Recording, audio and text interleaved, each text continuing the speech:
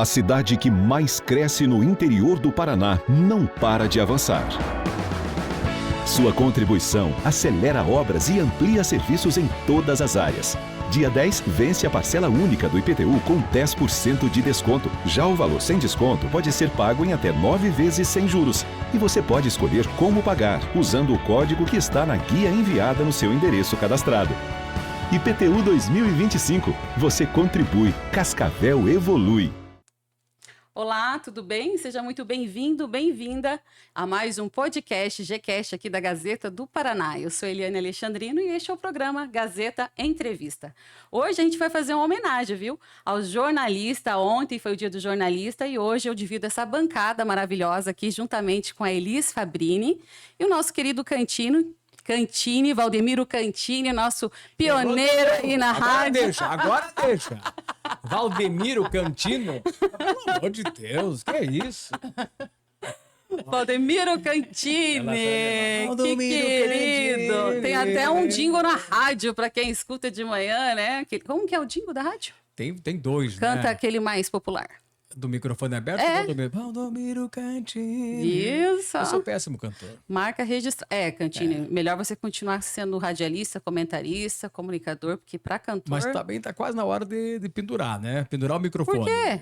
O tempo, né? Deixar pra nova geração que tá chegando aí. Que isso, um professor. Tive o prazer, gente, de trabalhar com essas duas figuras aqui do jornalismo em Cascavel. O professor já chama a gente de velho, né? Aprendi muito, só falta falar, aprendi muito com o senhor.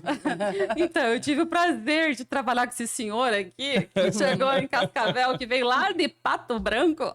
Me corrija se eu estiver errado. E aí, Pato Branco, lá onde tem um delicioso X-polenta. Eu tô fazendo até propaganda do X-polenta. Tu sabia que o Sabiá morreu?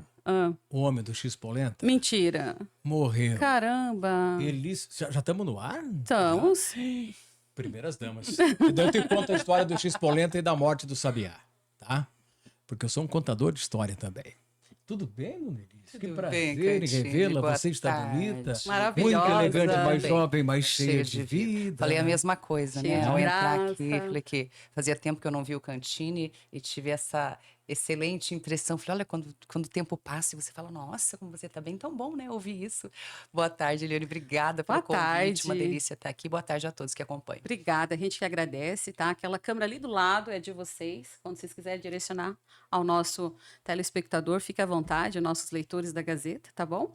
E, gente, a Elis é uma pessoa maravilhosa que também tive o prazer de trabalhar. Aprendi muito com ambos aqui hoje, essas duas figuras, fiz questão de convidá-las, porque aprendi muito no jornalismo, nessa idas e vindas de uma parte TV, outra parte de rádio. E a Elis, que veio lá de Céu Azul, conta um pouquinho aí, se apresente para quem não sabe quem é a Elis. Depois o Cantini também vai se apresentar. Mas você veio de Céu Azul e parece que a tua mãe queria investir nos filhos. Você queria ser modelo, manequim, alguma coisa assim? Foi assim o começo? A gente morava em Céu Azul. Minha mãe já era publicitária, Dona Edileuza Fabrini, do Lobo da Locutora Estrada. também, locutora. Verdade, locutora. Comunicadora de rádio já. E ela vinha sempre a Cascavel. E a gente em Céu Azul. Então chegou um momento também que todos precisavam estudar. E Céu Azul é uma cidade próxima aqui, 45 quilômetros de Cascavel. Pertinho. Mas não tem faculdade agora, né? Com a educação à distância facilita. Mas então a gente acabou mudando aqui para Cascavel. Aí eu fui fazer um curso de modelo e tudo mais. E acabei parando em televisão, meio sem querer. E essa parte de ser comunicativa, você herdou da nossa loba, Edileuza? Eu cresci nos estúdios de rádio, né? Cantini me conhece dessa época de menina Tu ainda, é antigo, né? hein, Porque eu já Cantini? conhecia a minha mãe Conheço também. criança, conheço você criança. Não tão criança assim, que não temos uma diferença de idade Você tão não tinha grande. 10 Quantos anos anos. você Você não tinha? tinha 10 anos. Não tinha, ela não tinha É, 10 eu era anos. muito então não. você era criança, Ah. sim, Elis, o louco. Eu acho que ela tinha uns 8 anos quando eu te conheci. O tempo passa, gente. Gente. Foi na década de 80, 83, 82. Exato. Exato, soma pra você ver. Meu Deus, era um bebê. Era uma Super jovem. Posso dizer que eu peguei no colo essa vez. Não tô mentindo. Ó, mas tô também não mentindo. gosto quando me chama de senhora, também não. Mas quem falei, que gosta, eu né? falei, essa moça. Você falou moça, mas É, você falou Cantini que quando foi te bem chama cordial. de senhor, né? Eu também A não. Edileuza se não chegava fosse. de Vera Cruz, de Cascavel, ela vinha correndo pro estúdio, atrapalhava ela para gravar. Eu conheço a história. Sabe que primeiro veio a Silvana para cá, lá de Céu Azul, Veronese. Aham. A Silvana, tá, que a Silvana é de Veronese isso, também. Céu Azul, toda a família de lá. O Céu Azul também? Que legal. Ela veio no começo da década de 80 para cá. E depois veio a família da Edileuza e trouxe a nossa grande estrela hoje da televisão, que é a Eli, que aqui está conosco. Isso mesmo. Eu, quando entrei na Tarobá em 2004, eu entrei como estagiária, sabe, Cantini? A gente Como sempre tem que começar por algum lado, a gente começa como estagiária. E eu me lembro que a Elisa apresentava novamente o telejornal da casa, o principal, o Jornal Tarobá, primeira edição. E ela é uma pessoa sempre cordial, educada, me recebeu muito bem. E foi ali que eu dei meus primeiros passos, porque eu não sabia fazer nada, eu era só uma estudante de jornalismo da FAG. A Eli sempre foi uma mulher elegante no vídeo, né? Elegante, na bancada ou em pé. Boa, obrigada. Ela vendia notícia como ninguém. Hoje é mais recreação, né? Mais apresentação. Mas quando ela começou a apresentar o telejornal ali, ela vendia com uma elegância, com uma sensualidade sem ser vulgar, vendendo a notícia com a expressão facial, né? Com os trejeitos de uma boa intérprete. Então, ela já nasceu para isso. Ela sempre foi elegante e fina. Agora me conta, Elis, você já começou no jornalismo quando você entrou na TV ou você fez outros programas de entretenimento, de esporte? Como que foi? Eu tive uma passagem por um programa que era apresentado ao vivo na antiga TV Carimã. Era um programa de domingo, né, um semanal. E eu gravava algumas reportagens ao longo da semana e no domingo eu auxiliava na apresentação fazendo classificados. Então, as pessoas não têm internet, tem internet. Essa galera não sabe o que é classificado. Então, as pessoas vendiam, trocavam, compravam alguma coisa e mandava o anúncio com o telefone, grande né? audiência. Era uma loucura, né? Como que era o nome do programa? Bric-brac, era algo semelhante. Tal, né? Nossa, agora você falou, chegou fugidamente. Eu me recordo quando eu cheguei. Sabe o que é a Carimã? Posso cortar você? Assim, claro, à vontade. A Carimã foi uma grande escola, uma grande oficina para muita gente, né? Que entrou na Carimã, fez escola, aprendeu, trabalhou. E lá era muita versatilidade. Aí ele saía da bancada, ia vender, vender classificado, vendeu o carro, vendeu o apartamento, a casa. E era uma loucura, uma loucura. Fazia né? Então, de tudo um pouco. Bons tempos. Mercado Livre, eu acho que era o nome do programa. Mercado Livre, olha só. Se registrasse esse nome hoje. Hoje você estaria bilionária. Mas eu não era eu era uma apresentadora auxiliar, né? O programa não era meu, mas eu já entrava ao vivo fazer classificados. Acho que era Calil que apresentava, Calil né? que apresentava grande Calil, né? É, outro grande comunicador. E você vindo, então, de Pato Branco, você chegou aqui em 99, foi isso? 98 para 99. E você assumiu a Rádio Cidade. Na época era estúdio. Era estúdio, AM, FM, nos tempos de uma nova descoberta aqui para Cascavel, um grande desafio, né? Mas eu sempre fui levado a grandes desafios. Foi nesse momento que eu cheguei a Cascavel. E alguém te convidou ou você quis? Falou assim, não, eu vou para Cascavel. Eu tenho uma história tão importante que talvez o pessoal não conheça ainda. Eu era primeiro suplente de deputado, 98, e aí o Jaime Lerner chamou e falou, nós temos que criar um nome para o governo do estado do Paraná. Não era eu, não era Alceri Guerra. E nós tínhamos vencido as eleições para prefeito com Alceri Guerra, ministro da Saúde e da Criança em Pato Branco. E seria ele o escolhido do Jaime Lerner para ser o candidato a governador. Deputado federal, ministro da Saúde, ministro da Criança. Passou por todas aquelas denúncias, né, que lincharam moralmente ele, da bicicleta, mochila, guarda-chuva. Acho que você não é daquela época.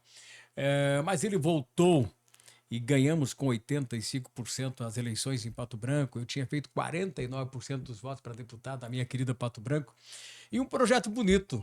E aí, nós tínhamos que ter aqui para Cascavel um segmento político, que nós não tínhamos algo para fazer um bloco político, a não ser o seu Jaci Miguel Scanagata, que era a referência do PFL aqui, com o Marazzi, né, com o Jairo, né, Manfroy, com o Magrin, com o querido Mion, né, com o Alfredo Kaifer, né, a turma a Olga Bon Giovanni, o nosso querido, saudoso Pantera, o Lorival, né? Era uma história bonita aqui, né? Então tinha que montar um núcleo político e uma referência política para a candidatura do Alceri. Né? Nós tínhamos núcleo político em Maringá, Londrina, Maringá, Curitiba, né? O Sudoeste já era nosso e tal. E aí eu fui escolhido para vir para cá, para fazer essa movimentação política pela imprensa. E fiz uma parceria com a família Siriprandi. Que nós já tínhamos a parceria do seu Jaci com a Rádio Capital AM e FM, mudando da Nacional para a Capital AM, e para fazer um núcleo de comunicação aqui, né? E aí eu vim para cá. E entrei no rádio, me apaixonei por essa cidade, produzindo, cai em descrédito o governo do Jaime Lerner. Mas acabou o governo. O Marcos sabe dessa história, né? E aí o Jaime falou: Alceni, você vai ter que renunciar o mandato de prefeito em Pato Branco, tu vai ter que vir para cá assumir a chefia da Casa Civil. E o nosso projeto é o seguinte: agora ele só será candidato a governador se recuperar o governo. E o Alceni renunciou à prefeitura de Pato Branco, Astério Rigon assumiu, ele assumiu a chefia da Casa Civil e teve a grande missão de fazer a reforma do governo Jaime Lerner, pedindo que todos os secretários de Estado colocassem uma carta de demissão para o governador reconduzir quem ele quisesse e oxigenar o governo. Mas ali, Elise e amigos telespectadores, era a grande jogada para tirar o Giovanni Jonetes do governo. O Giovanni é uma figura extraordinária, um advogado por demais influente, mas ele estava mandando do governo através da liquidação do Banco do Estado, da Secretaria da Fazenda, Natal Manfrim, através da Assembleia, muito influente. E o Alceni teve essa audácia de o Jaime não reconduzir o Giovanni Jonetes. Aí foi o fim do Alceni também e do governo, e automaticamente vamos voltar para a minha base política. Eu não volto mais. Eu já bebi a água do Piquiri, esse entroncamento aqui com o Paraná, com o Iguaçu. Eu passei o corguinho para cá. Aqui é o Eldorado, gente. Aqui tem dinheiro, aqui tem riqueza, aqui tem campo, tem fartura. Aqui, quem tiver uma ideia se multiplica. Aqui eu prospectei para a minha vida, né? Com as crianças pequenas, aí estava para quase 30 anos. E falei: não, eu não volto para minha querida Pato Branco, eu estou aqui e aqui eu vou ficar, né? E aqui estou e sou muito feliz. Então, por isso que eu vim para cá. Cascavel é a sua segunda cidade natal. Eu acho que eu fui absorvido aqui, né? Eu Criou raízes. Fui adotado aqui como que seu próprio filho fosse. E eu estou honrando essa mãe chamada Cascavel e a defendo de paixão, né? Porque é um povo extraordinário, é um povo meio radical, assim, no começo. Colonada, italianada aqui, você sabe disso, né? Você fugiu aquela casta, você quebrou aquilo, sim, aí eles te protegem. E a gente tem a obrigação de protegê-los também, viu? Tá certo. Aqui é ao vivo, é o Cantini, que não para com as ligações. Eu tô dando uma entrevista num podcast fantástico aqui, já retorno aí, tá bom? Até já. Ô Cantini, Elis, agora me conta, né? Eu já, vamos dizer assim, que eu peguei uma fase já privilegiada do jornalismo. Quando eu cheguei na TV, já tinha TP eletrônico, que já ia direto do computador para Elis ler mais, interpretar o texto com mais facilidade, né? Você já pegou a fusão lá da AM/FM. Como que vocês fazem uma analogia, vamos dizer assim, uma comparação do jornalismo de 20 anos atrás para agora na questão de tecnologia? Depois eu vou entrar na parte de fake news, de credibilidade, de ética, mas na parte tecnológica, como que vocês se adaptaram? Porque eu já peguei o bonde andando, mas vocês pegaram a parte da, vamos dizer assim, gente, não estou chamando eles de velho, mas pegaram a máquina de escrever, né? Mas eu vou completar 35, na metade do ano, 35 anos de profissão. Então, assim, Uau, a gente pode falar do panorama dos últimos 30 anos, pelo menos, e parece que a gente está falando de outro século, mas realmente são poucas décadas e muitas mudanças. Como eu falei, os classificados, o pessoal anotava por telefone, né? Quando a gente digitava as laudas do jornal, era um jogo de 7 laudas, Cantini, com carbono, com folha carbono no meio. Se você errasse a primeira lauda, você tinha que passar errorex em todas as 7. Errorex, olha só como é que era. Eu peguei, você não pegou, o Telex. O Telex. Uau. Sabe? Na década de 80 ainda, tinha Telex. Chegava a agência de notícia, 10 da noite, a gente tinha que esperar para chegar as notícias pelo Telex. Eu já sou da época do fax. 80, gente, eu ia né? falar do fax. Não é muito longe isso. Não é muito longe. Eu nunca me esqueço. Posso contar uma historinha? Claro, fica à vontade. Judite, o nome da nossa zeladora, Rádio Progresso. E ela fazia limpeza depois das 7 horas, entrava a Voz do Brasil, né? Rádio AM e tal.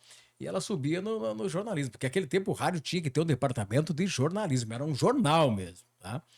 E ela foi lá e, de repente, ela fazendo a limpeza, chega o Telex. Alegria. Virou inferno. Não. Mas imagina, né? E deixou tudo aberto. Lá outro dia, o que foi? Não trabalho mais eu, porque essa rádio é assombrada. É uma bomba assombrada. A máquina de escrever ficou batendo sozinha um tempo. Isso é verdade, gente. Isso é verdade. Então tem que... Mas, gente, eu ainda peguei a parte de fazer ronda policial, Cantini. Fazia por telefone. Eu chegava na TV e tinha que ligar em todas as polícias, corpo de bombeiros, e ainda chegava o boletim de ocorrência por fax, né? Mas a ocorrência que acontecia ali no meio da manhã, que até então não tinha os portais que hoje a gente tem na cidade, CGN, KTV, 24 horas, enfim, são vários hoje, a gente não tinha isso. A gente tinha que cavucar e achar e dar notícia em primeira mão, né? As delegacias, você chegou a fazer redação ouvindo outra rádio, gravando para depois transcrever? Não. Pois é, eu fazia. Ouvia a Gaúcha ou a Guaíba. Tu falou das laudas, né? Então, se era 3 apresentadores, era 3... como é que colocava? Script. É um jogo de 7 laudas. Era 7, nós era 3, por exemplo. Aliás, era 4 que muito que fica em arquivo. Lembra? O que saía no dia naquela edição era arquivado. Que você passava para o outro lado, como é que é? O carbono. Carbono. Ali, você tirava carbono.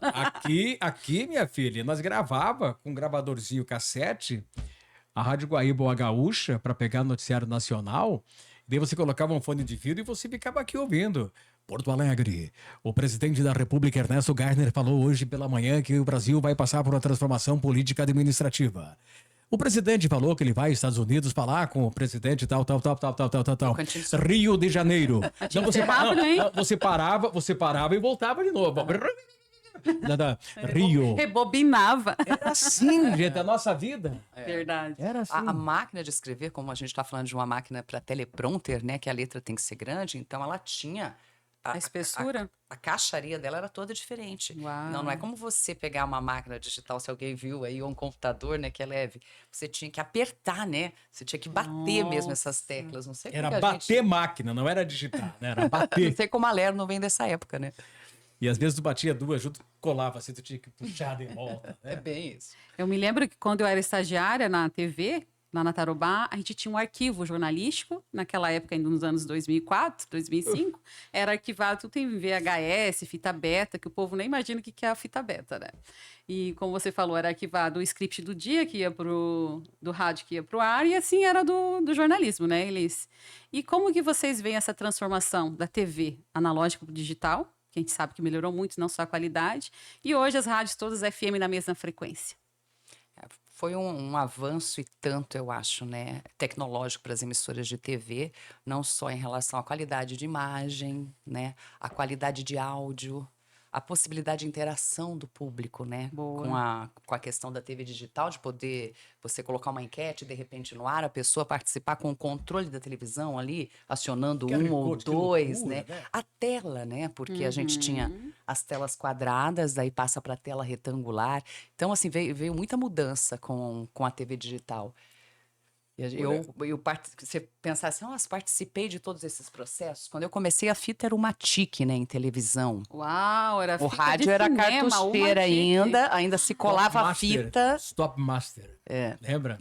Olha, a televisão ela teve um avanço extraordinário. O rádio, ele é conservador.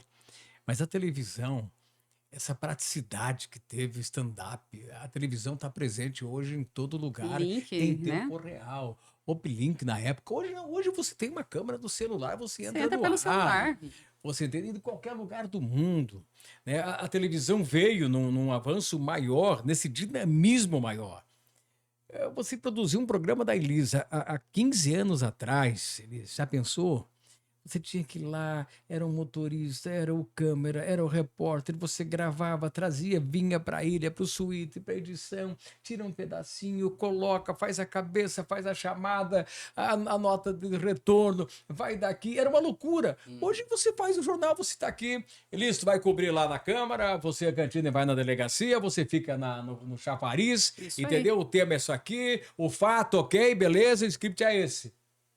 Tô mentindo? E ele, na verdade, hoje eu vejo assim que o telejornal ele tem uma escalada totalmente móvel. Ele entra com as principais matérias que está pronta e o resto do jornal é feito ao longo do jornal, porque muita coisa acontece durante o jornal. Ao vivo.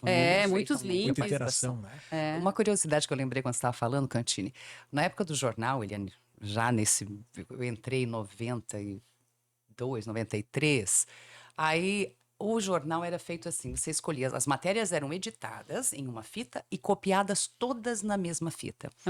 Na ordem ordem do jornal. Você não poderia alterar nada naquele jornal, porque ele já estava copiado numa fita maior, toda a sequência do jornal. Então você não tinha a agilidade, né, que se tem hoje para poder... acabava ficando mais engessado, com certeza. É porque aquilo era a dita censura, É. né? Ficava à disposição ali 30, 60 dias, se alguém reclamasse, ou qualquer órgão fiscalizador, tu tinha que ter esse produto, né? Graças a Deus a gente tem hoje liberdade de expressão, né? Olha, um tanto quanto vigiada, né? Mas a gente está aqui falando graças a essa liberdade de expressão, graças a esse regime democrático de direito que ainda temos, né? Falando nisso, vamos abordar agora sobre fake news, né? Os desafios de nós, jornalistas, todos os dias ir atrás de notícia, fazer algo com imparcialidade, com ética jornalística, e ao mesmo tempo a gente ter que lidar com os influencers que estão na internet, sufocando o povo de informação, que a gente sabe lá de onde eles tiraram, não é verdade? Como que vocês avaliam isso? O espaço que essas pessoas, não digo que eles estão tirando, mas eles estão ocupando cada vez mais espaços e tirando essa credibilidade de jornalistas que trabalham de forma séria e com ética todos os dias. Isso é uma coisa que não tem como controlar, não digo fake news, né? Mas esse novo momento em que todo mundo tem o seu celular na mão e acaba trazendo algum tipo de conteúdo, seja qual for, né? Agora, isso acaba fortalecendo os veículos oficiais, né? As televisões, os jornais, porque quando a pessoa, em dúvida, ela vai buscar os veículos oficiais, né? Para ter uma veracidade, né? Na notícia. Então, por um lado, fortalece, né? Os veículos oficiais. Agora, por outro, eu não vejo como segurar algo em que a tecnologia só vai melhorando ano a ano, mês a mês, podemos dizer que quando se lança uma tecnologia já tem várias outras guardadas que serão lançadas na sequência. E todo mundo hoje tem essa questão de criar conteúdo, né? Agora, cabe de quem tá... A escolha, né? A escolha de cada um, né? Tem não só os aplicativos, né, Cantini? Temos o Chat GPT, tem a inteligência artificial, que hoje às vezes é um aliado, às vezes não é aliado. Eu tenho uma preocupação. A Alice teve muita propriedade em dizer que não tem como você mensurar ou segurar essa prática. Uhum. A internet é uma terra de ninguém. De ninguém e até de alguém mal intencionado, como temos todos os dias. Me preocupa muito, mas ao mesmo tempo eu estou muito feliz porque quebrou-se a aldeia global. Quebrou-se os grandes monopólios das comunicações que tínhamos no mundo inteiro. Se você ler, eu recomendo Power Shifter ou A Terceira Onda, do Alvin Toffler. Ele já previa o fim dos monopólios em todos os sentidos, da questão da Ford, da GM, dos veículos de comunicação principalmente. E hoje, eu recebi hoje pela manhã, eu acompanho muito a questão da audiência do rádio e da televisão. A televisão, os streamings, ou seja, são os canais onde ficaram em primeiro lugar em audiência no Brasil. Verdade. Vejam vocês, os streamings, os canais pagos, né, ficaram em quarto lugar. Então quer dizer o seguinte, você está tendo opção para ver aquilo que você quer. Mas o que me preocupa é que as pessoas podem estar indo para um setor de alienação, ficar muito alienado sobre um só conteúdo, né? E isso me preocupa muito, porque até há pouco tempo nós tínhamos aqui a Aldeia Global, que elegia presidente, o governador, o vereador, e fazia o que queria. Fazia a verdadeira lavagem cerebral da pessoa, dizendo que o Collor seria o caçador de Marajá preparado para governar o país, e nós engolimos. Uhum. Você entendeu? Assim foram em outros contextos, né? Hoje não. Hoje tem o poder do contraditório. Hoje vocês vão, para esse Cantini é de direita. Ah, tá falando assim porque ele é de direita. Claro! Ah, não, mas o fulano é de esquerda, né? Nós vivemos um regime hoje praticamente bipartite, né? Ou a esquerda e a direita, com o centrão pegando dos dois lados, que infelizmente não acontece isso. Mas é preocupante, né? É preocupante quando você distorce, quando você induz a erro, quando você lincha moralmente as pessoas, quando você destrói com famílias, destrói com nomes, com sobrenomes, destrói com CNPJ, simplesmente porque lança, né, nessa terra de ninguém qualquer maledicência que não tenha comprovação de fato e de direito. Então, isso é preocupante. Eu acho, Deus não me falar em censura, né? Porque eu sou filho da ditadura. Eu nasci em 64, né? Bem no regime. É que eu acho que o AI-5 veio num momento delicado do país, era necessário naquele momento, mas sou extremamente contra qualquer tipo de censura ou de qualquer ditadura. Mas eu acho que alguma coisa para vigiar, para coibir os exageros, nós deveríamos ter. Você entrou num assunto que eu já ia questionar, mas vamos já pegar um embalo. Quando você fala da questão lá de 64, a gente lembra que na ditadura muitos jornalistas foram exilados e assassinados e até hoje ninguém sabe onde estão os restos mortais. Mas teve um período, há 2, 4 anos atrás, que os jornalistas vinham sofrendo, principalmente nas coberturas jornalísticas em período eleitoral, por conta do lado A, lado B da política.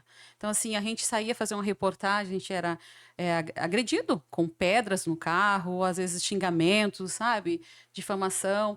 Então, assim, é onde você acabou de falar, até onde vai a alienação, a manipulação das pessoas que não deixam nós fazermos o nosso trabalho. Aí merece um fórum profundo de debate, né? Quando, infelizmente, compram as linhas editoriais dos veículos maiores e que você vai para uma escala perigosa, aquelas pessoas contrárias, elas acham que você representa a linha editorial. É que o que a tua emissora que você defende o trabalho ganha teu pão com a tua capacidade é o que você comunga. Ele passa a dizer que você é aquilo, que você defende aquilo, e muitas vezes está lá simplesmente para colher uma informação. Aliás, sempre é assim. E dá o direito à parte, o contraditório, como é a prática do bom jornalismo. Mas as pessoas misturam. Né? Não via lá ali com o seu microfone, via, com perdão da palavra, mas é público, via a Globo Lixo. A Globo Lixo não entra aqui, o Boni não vai fazer a reportagem aqui no Rio Grande do Sul, da enchente. Gente, as misturas, né? Dessa prática de não respeitar a pessoa do profissional é que me preocupa e vai se acentuar. Viu? Elis, você agora toda digital, você também, Cantini, que acompanha ambos nas redes sociais. Eu sou analfabeto de telefone. Vai pra lá. Apesar que eu ajudei muito você na rádio. Pois é, você sabe disso. Eu sou WhatsApp aqui e alguma coisinha no tal do Instagram, assim, por exemplo, eu sou ruim disso, que Deus me livre. Meus filhos, meus netos já me dão um show. O Davi já tá te passando a perna. Mas não quero aprender. Bom, senão não vai dormir mais, né? Já tô dormindo pouco. Mas, Elis, me conta, você também não deixa de ser uma influencer, né? Está nas redes sociais, você fazia um trabalho paralelo junto à TV e agora está exclusivamente nessa área. Você é um tipo de jornalista vaidosa, ambiciosa, que você se importa muito em estar com o seu rosto na frente da TV? Ou você não? Você sabe lidar trabalhar em todos os nichos, em todas as áreas? Como que você se sente hoje, longe da telinha, vamos dizer assim, aberta? Eu sempre fui muito tranquila com isso, né? Eu me desliguei da TV algumas vezes, períodos de maternidade, passei às vezes 2 anos afastada, voltava, né? Então, assim, eu sei que tem gente que sofre, tem pessoas que, assim, estão no ar, amam fazer o que fazem, não que eu não ame, amo também o que eu faço, mas eu não sofro se eu não estiver no ar. Eu não tenho, sabe, essa necessidade de estar sendo vista o tempo inteiro para eu ser feliz. Eu sou muito feliz, amo o que eu faço e continuo fazendo, produzindo conteúdos, atendendo alguns clientes na rede social, outros conteúdos que são produzidos diretamente para clientes e sem vínculo hoje com uma emissora de televisão ou emissora de rádio, pelo menos por enquanto. Né? Mas estou muito feliz. Estamos abertos a conversações. Viu? Eu vou ser sua, como é que fala?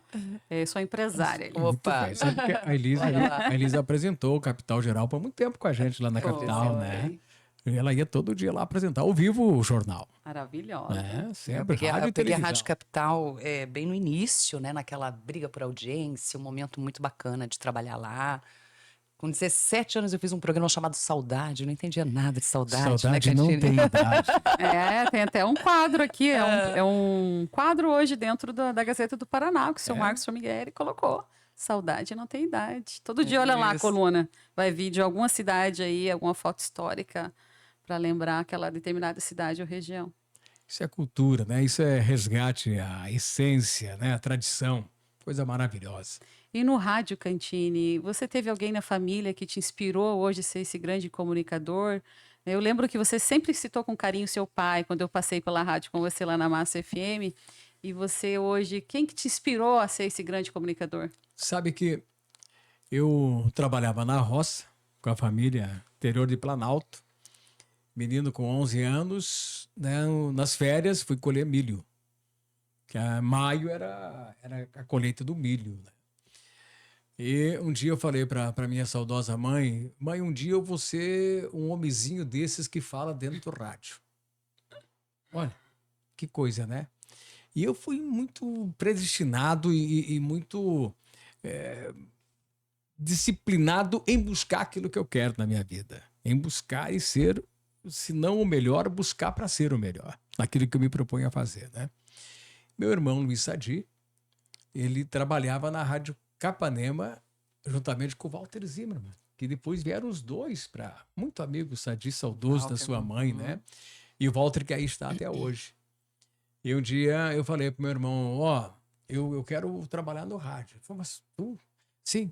Eu falei, então tá bom, todo final do ano tu vai trabalhar no rádio. E eu fui para Capanema. Fui morar na casa dele e fui fazer sonoplastia. Na verdade, eu ia buscar cartinha no correio, depois eu entregava as cobranças, depois eu fui para sonoplastia. Aliás, fui um grande sonoplasta. Depois eu fui repórter de campo, fui narrador esportivo, comunicador, e ali comecei. Isso em 77. Walter Zimmermann assinou minha carteira em 77. Perdão, e esse teu interesse pela política, ela veio antes, quando você iniciou no rádio, ou já veio tudo junto? Veio uma necessidade. Dali eu vim para Céu Azul. Quando o Walter vendeu a rádio de Capanema, meu irmão foi embora com ele. Eles abriram uma fábrica de plástico, a Paraná Plástico, em Curitiba, e foram embora e me deixaram. Mas eu já estava artista. Eu já era locutor, falava na rádio e tal, né? Aí o Walter não se desligou do rádio, voltou e com o Irineu Pelissaro, lá de Medianeira, da Independência, compraram a concessão de rádio em Céu Azul. Ele chegou com um Corcel 2 prata, imagina. Nossa, um Corcel 2 prata naquela época. Coisa espetacular. Chegou em Cavana, filho, eu vim te buscar. Tô botando uma rádio em Céu Azul e tu tem que ir pra lá. Eu falei, mas seu Val, não, você tem que ir pra lá e tal. E aí eu vim pra Céu Azul. Então a minha história do rádio começou assim. Aí quando as nossas histórias se conectam. E aí, a minha mãe, veja. Chega a mãe dela, que mundo pequeno, né? Começamos a construir a história, formamos a equipe, fizemos um trabalho extraordinário na Rádio União do Céu Azul, que hoje é a nossa massa lá, né? Que ficou para nós, eu acabei adquirindo depois do próprio Walter e da Neide, depois de muito tempo, né? Aliás, eu tive um privilégio na minha vida, das rádios que eu trabalhei, eu comprei. Eu ia chegar nessa parte empresária que a gente não teve isso, né? Isso. Interessante, gente, né? Aqui no trabalho, né? O pessoal fala tudo fácil, mas, gente, eu acordo todo dia antes das 5 da manhã, todos os dias, 6 horas eu tô no ar. Elise, eu vou fazer um comentário aqui, anexar um comentário à fala do Cantini, porque quando eu passei lá pela Massa FM, pensa num cidadão que não dormia, né? A gente acordava muito cedo, realmente, a gente chegava às 5 horas na rádio. E ele, antes das 5, já estava fazendo os stories dele lá no Instagram. Exato. E era 10, 11 horas da noite que eu queria dormir, esse homem não deixava dormir, mandando sugestão de pauta, sabe? E eu falei, mas esse homem não dorme? Me deixa dormir. Eu preciso dormir, eu preciso ter a qualidade de sono. E realmente, ele era 11 horas da noite, meia-noite, ele ligado nas notícias, não só a nível regional, mas principalmente, né, a nível nacional e global. E de manhã, sempre ligado. Aconteceu alguma coisa, você está sabendo, Eliane J. Oliveira, manda o J. As últimas notícias da noite são as primeiras da manhã também, né, Cantini? Daí tem que estar... E o segredo do jornalista hoje, ou qualquer cidadão da comunicação, é a fonte. Né? Cantini, como é a fonte? E a fonte não é da noite para o dia. A fonte é com o tempo, né? Eu quero falar, mas Cantini, você vai para Curitiba, você fala com o governador. Gente, quanto tempo de convivência com o pai dele, com ele, sonoplasta da rádio. Não é de hoje. O governador agora, ele está com 6 anos. Fica na gata. Então você vai lá, o Guto Silva, pode ser o nosso futuro governador. É um guri que eu lancei na política em Pato Branco, foi vereador, lancei deputado, entende? Ele me chama de Dindo até hoje, agora semana passada ainda. Então, não é que é estrada, gente. O Cantini, não, são 45 anos de estrada. Você tem noção do que é isso? De contato? Eu convivi na Assembleia, eu convivi nos governos. Eu venho do governo Álvaro Dias, venho do governo Roberto Requião. Uau. A história, né? Quando o Álvaro não saiu para concorrer, nem para o Senado, ficou no governo para eleger o Requião, governador do estado do Paraná. Passamos por todas essas histórias. No finalzinho do governo Richa, eu já estava lá, né? Beliscando, 84. Eu já estava no meio político, entende? E aí até hoje. É uma história que a gente tem e que a gente tem essa responsabilidade de, quando falar com propriedade, com conhecimento de causa. Entende? Excelente.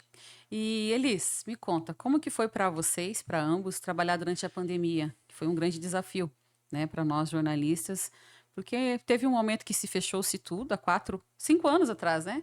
Foi há 5 anos. Foi 2020, mais de 2020. Há 5 anos, fechou-se tudo e a gente tinha que... Somente quem era da linha de frente da TV tinha que ter aquela imagem. Enfim, o rádio a gente tinha voz.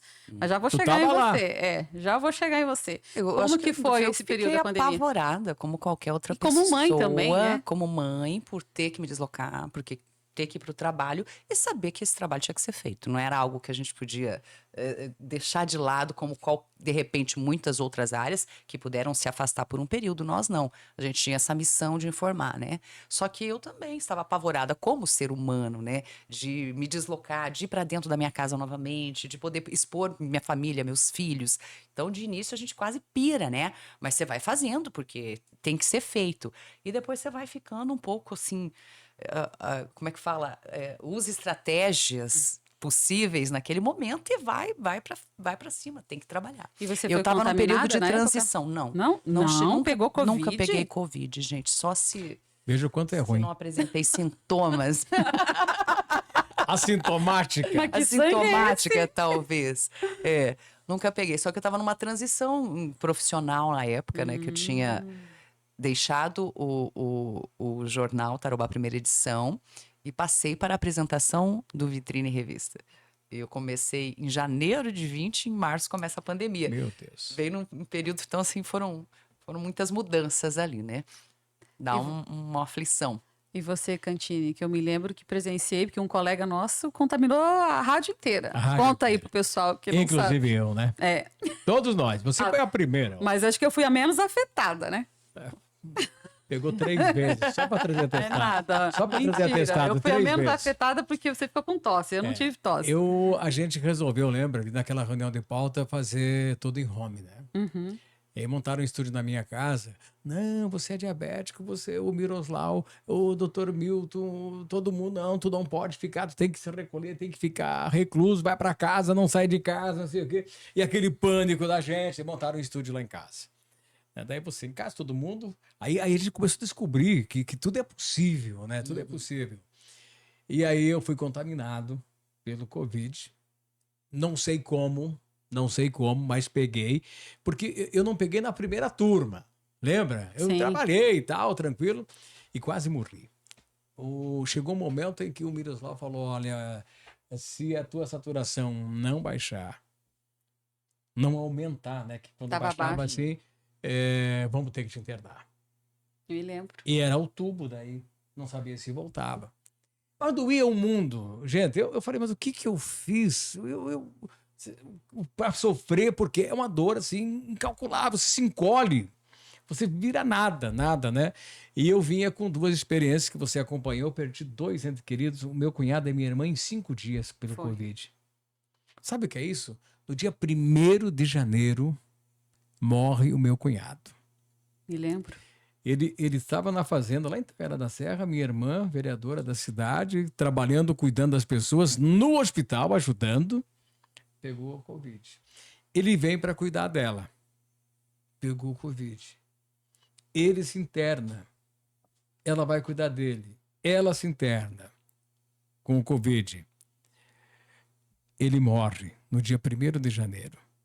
Oh, meu Deus. Tá. No dia 5 de janeiro, minha irmã morre. Deixam 3 meninos órfãos, o casal. E o seguinte, eu não podia, porque lá em Tangará, saía o caixão lacrado do hospital e ia direto para o cemitério. Não tinha nesse período. Nem filho, nem ninguém da família. E eu tenho assim, como Deus é tão perfeito. Minha irmã tinha vindo um ano antes, com o marido, passaram dias conosco, viajaram ao Rio Grande do Sul, todos os nossos familiares visitaram todo mundo e morreram juntos em 5 dias devido à Covid. E paz, meus senhores. O filho mais velho, mas foi por Deus. Deus falou, não é muito, né?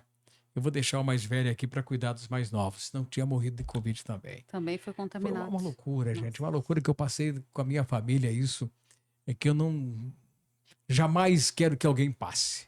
Eu perdi uma amiga, enfermeira, que trabalhava na linha de frente, que Deus eu tenha, a Marielle, fez 4 anos, agora em domingo, dia 6. E eu me lembro que ela foi contaminada, que ela trabalhou na linha de frente do Hospital Retaguarda, e contaminou a mãe também.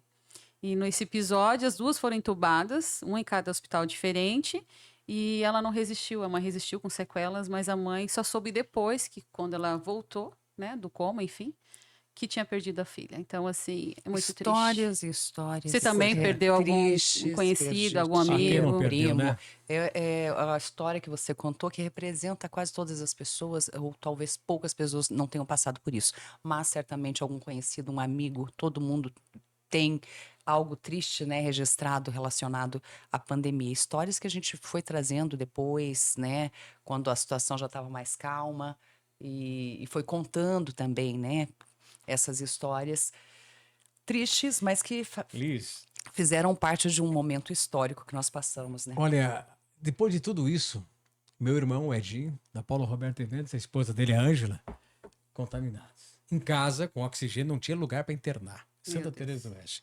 Oxigênio em casa, não tinha mais oxigênio, lembra? Lembro. Pegaram de um oxigênio de uma empresa de gás, de oxigênio aí. Era desse tamanho, os cilindros lá, e ele aqui vai.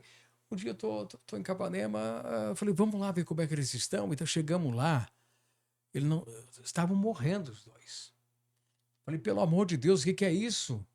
E com os tubos, né, com as máscaras de oxigênio, eu liguei correndo, o Mira da secretária falou, leva na UPA do Brasília, urgente. Chego lá, gente do céu. Era criança, era gente desmaiando, gente nos corredores, no chão, lá fora, entende? E o Miro via pelas gamas, Cantini, saia daí, você não pode, você já pegou, você é diabético, saia daí, aí tá contaminado, aí tá todo mundo contaminado. Eu falei, como é que eu vou deixar meu irmão morrendo e minha irmã? E aí vem aquelas pré-consultas daqui, a minha cunhada, e levam, botaram numa maca do corredor, e já meteram oxigênio neles, já tratamento, e vai, e não tinha lugar para UTI, lugar. Foram lá pro Veneza. Sufoco. Aí chegou um dia, o cara falou, não, vão ter que entubar, eles não têm mais outra saída, eles não têm outra saída. Infelizmente, Cantini, vão fazer aquela ligação para a família. Olha isso, gente, quando nós passamos, ligar para se despedir, né? Meu Deus. Vão ligar para a família, não sei se voltam, né, por imagem aqui, e vamos conversar. Aí o doutor Lisa falou, Cantini, o Miltinho, né, que salvou o pai dele com uma vacina do Paraguai. Uma vacina que estão vendendo por aí, a Anvisa não libera, mas que salvou muita gente, inclusive os pais do médico. E ele aplica se você conseguir. Era em Beltrão. Fomos até Beltrão e falamos, não tenho mais. Mas se eu tivesse, eu vendia tudo. E vai, e corre daqui, dali, e eles mal, e tudo num dia. Eu ligo pro João Paulo. João Paulo, que hoje atende os interesses deles e do Valdinei da Silva no Paraguai, que estão fazendo suplementos, inclusive vários medicamentos que hoje se vende por site para o mundo inteiro do Paraguai. Falei, o João Paulo falou, não, eu consigo aqui. Eu consigo.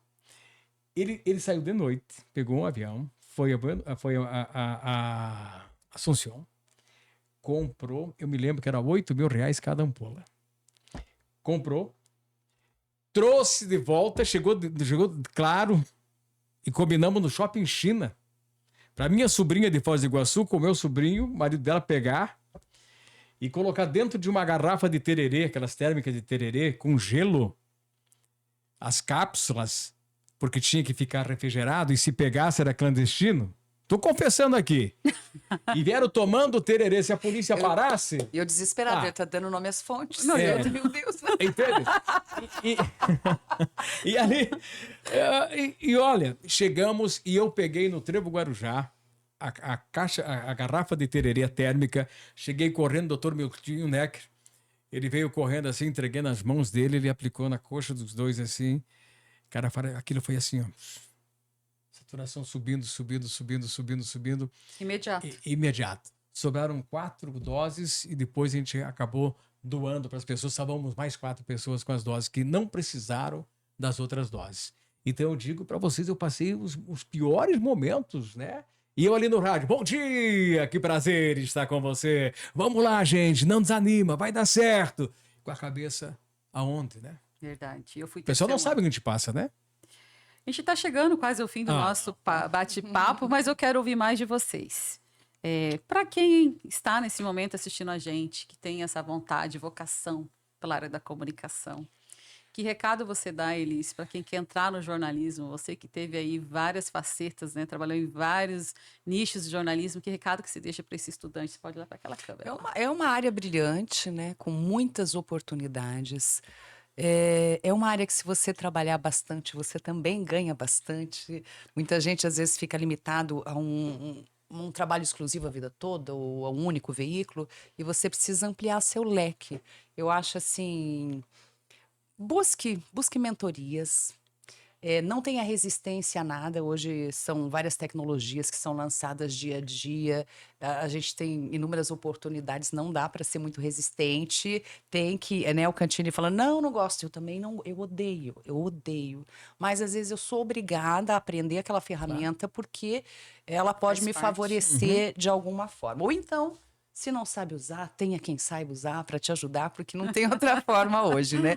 Mas não pode ficar. É uma área maravilhosa de trabalhar, para quem ama comunicação, eu amo o que eu faço, não me arrependo de maneira alguma. Não escolhi, né? Eu falo que eu caí nessa área, acabei não escolhendo, mas talvez o conviver com a minha mãe, estar sempre dentro de rádios desde a infância, certamente me deixou mais à vontade, né? Quando eu comecei a trabalhar. E uma curiosidade, você lembra de algum fato histórico que te marcou muito na tua carreira?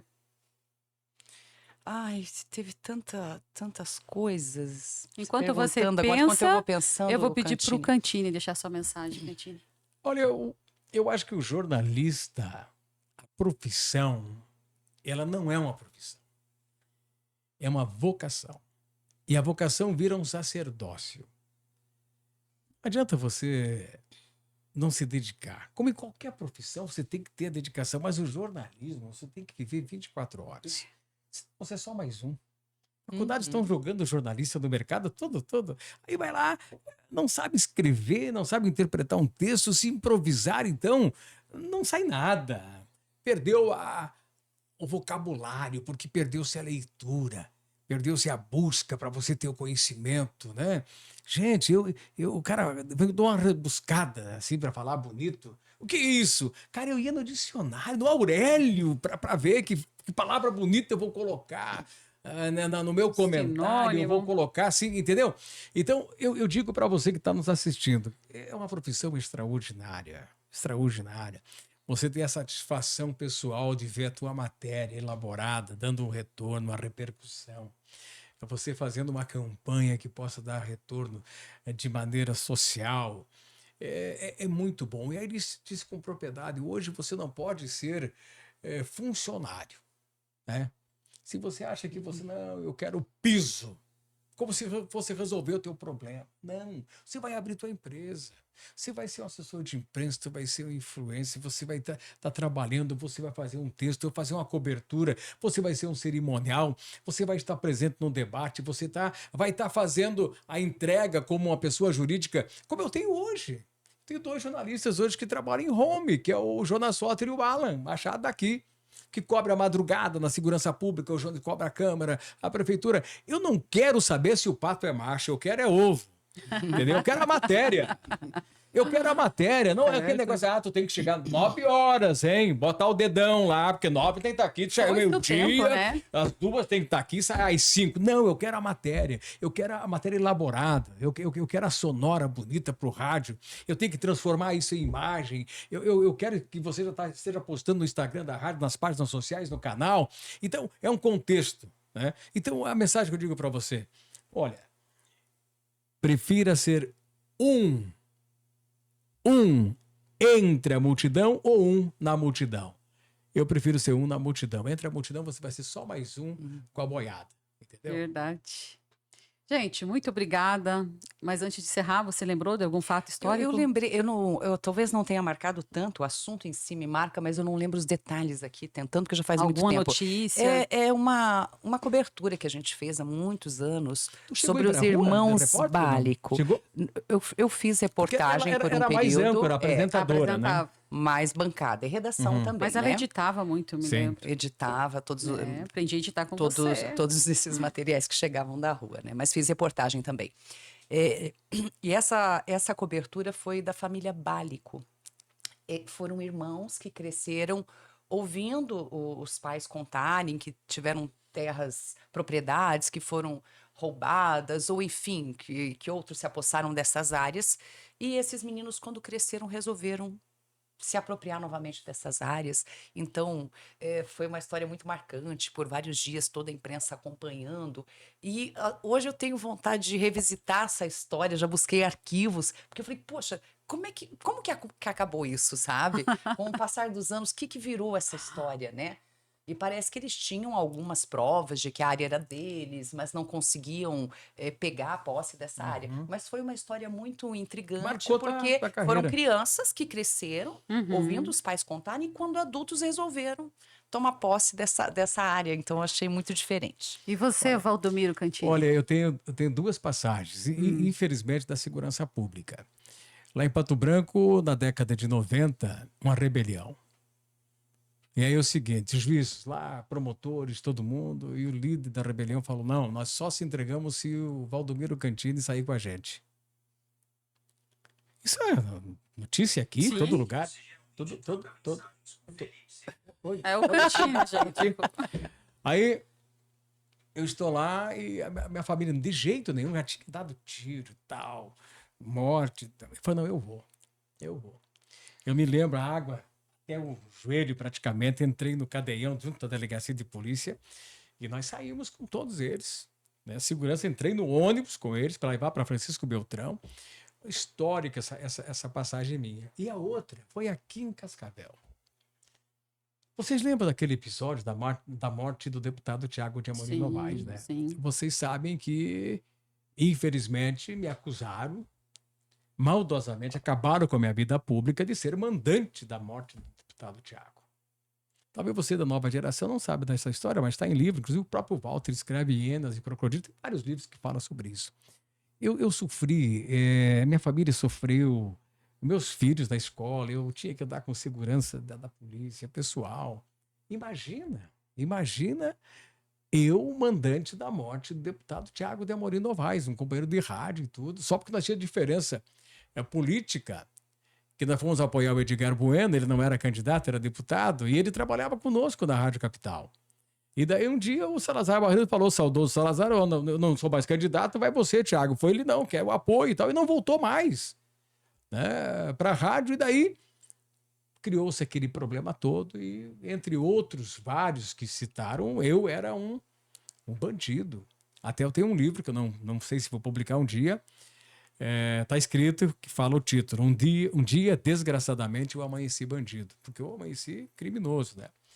Aí passa o tempo, veio tudo, as claras, tudo, né? Nada, nenhum depoimento eu dei como possível, absolutamente nada, mas acabaram com a minha vida, a minha carreira. Nunca mais quis saber de política pessoal, né? Por causa desse episódio, lá em 2002.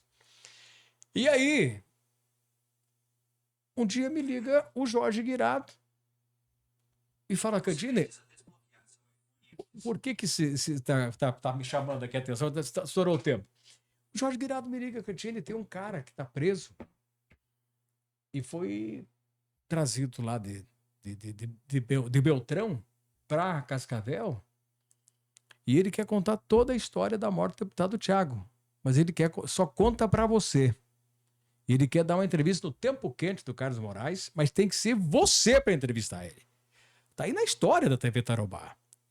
Essa semana passada eu falava com o Jorge, precisamos recuperar aquilo para ver o que realmente saiu ali, porque eu não tenho mais memória. Aquilo para mim foi tão louco aquilo. Kowalski é o nome dele. Kowalski. Elis. E aí anuncia, o Coronel Borges era o comandante, anuncia no batalhão da Polícia Militar e liberaram para entrevista. A Justiça liberou, porque ele ia contar, tipo uma delação premiada, na TV Tarobá, no tempo quente, para mim, o cara que tinha sido acusado. Eu falei, vamos lá. Não temos nada, Jorge. Não, ele só fala para você. Ok. E não podia dizer onde é que ele estava, que estava sendo caçado, em lugar nenhum, e aonde seria o programa. Montaram lá. E eu fui fazer o programa lá no batalhão. Ao vivo. E ele me começa a contar, não. O delegado tal. Eles me levaram no Rio Marrecas. Eles me afogavam lá. Aí a história, tá gravado isso, para mim confessar que você era o mandante. E eu, entrevistador, já pensou? Tá ouvindo do cara que fazia parte da bandidagem, de tudo aquilo? Aquilo foi uma loucura, a maior audiência que a gente poderia ter. Imagina a morte de um deputado. Aquilo foi para a Assembleia, entende? E eu acho que uma das peças que marcou a minha vida profissional e que eu era conteúdo, infelizmente, daquela entrevista. Eu não sabia o que vinha daqui, o que fato que era.